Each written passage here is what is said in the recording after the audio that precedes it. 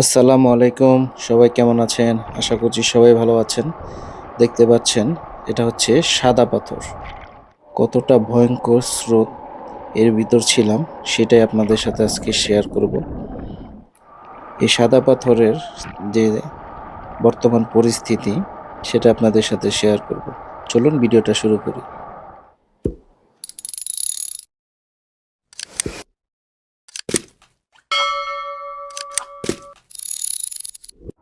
প্রথমেই আমি অনেক দূর থেকে পানির ভিতরে যে সিনারিগুলো আছে এটি আপনাদের দেখাচ্ছি।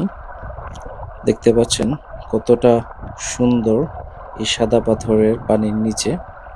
এখানে পানি ক্লিয়ার থাকলে এরকম সৌন্দর্য আপনারা উপভোগ করতে পারবেন, কিন্তু পানি যদি ঘোলা থাকে অথবা পাহাড়ি ঢল আসে তাহলে কিন্তু পানি এতটা ক্লিয়ার দেখা যায় না। তো টুকটাক কিছু মাছও দেখা যায়। তো আপনারা কমেন্টস করবেন যে আপনারা মাছ দেখতে পেরেছেন কিনা, যারা ভিডিওটা দেখতেছেন। তো দেখেন সামনের পানিটা আরও বেশি ক্লিয়ার হচ্ছে এবং একটা নীল একটা আবরণ দেখা যাচ্ছে। তো দেখেন কত বড় বড় পাথরগুলো এটার ভিতরে আছে।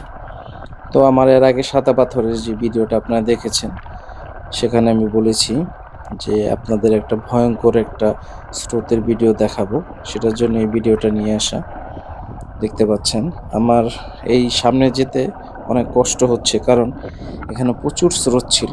হয়তো আপনার ভিডিওতে এটা বুঝতে পারতেছেন না, কিন্তু আমার সামনে হেঁটে যেতে এখানে অনেক কষ্ট হয়েছে। তো এই দেখেন পাথরগুলো কিভাবে লড়তেছে। তো আমি একদম স্রোতের সামনে চলে আসছি, দেখেন পানি কিভাবে বল করতেছে, বুদবুদ বের হচ্ছে। তো আমি আর সামনে ক্যামেরা নিতে পারতেছিলাম না, আমার মানে আমি যে ধরে রাখবো সেটাও করতে পারতেছিলাম না।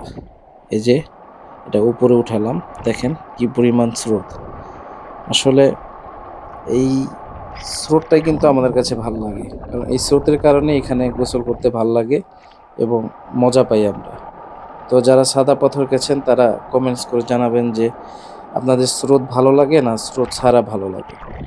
দেখেন কি পরিমাণ ভয়ঙ্কর একটা স্রোতের ভিতর পড়েছি আমি।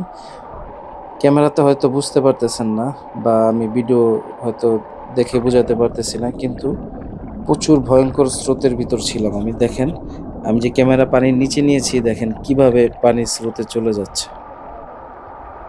এই ন্যাচারাল পরিবেশ আমাদের অনেক ভালো লাগে। তো এই কারণেই আমি সাদা পাথরকে এত পছন্দ করি। সাদা পাথর আসলে অবশ্যই আপনাদেরও ভালো লাগবে। দেখতে পাচ্ছেন প্রচুর স্রোত। এই স্রোতের ভিতর অনেকে ভেসে যায়, অনেকে যারা সাঁতার জানেন না চলে আসে। তো আমি সবাইকে রিকোয়েস্ট করব, যারা সাঁতার জানেন না অবশ্যই এত ভিতরে যাবেন না, কারণ স্রোত আপনাকে কোথায় নিয়ে যাবে আপনি নিজেও জানেন না। তো আমি এখন সামনে চলে যাব, আমি এই যে পানির নিচে একটা ডুব দিব এখন। তো আমার ভিডিও এখনই শেষ করে দিচ্ছি। ভালো লাগলে অবশ্যই চ্যানেলটা সাবস্ক্রাইব করে দিবেন, আর যারা ফেসবুক থেকে দেখতেছেন লাইক কমেন্ট শেয়ার করে রাখবেন। সবাই ভালো থাকবেন, সুস্থ থাকবেন এবং ন্যাচারালকে ভালোবাসবেন। আল্লাহ হাফেজ।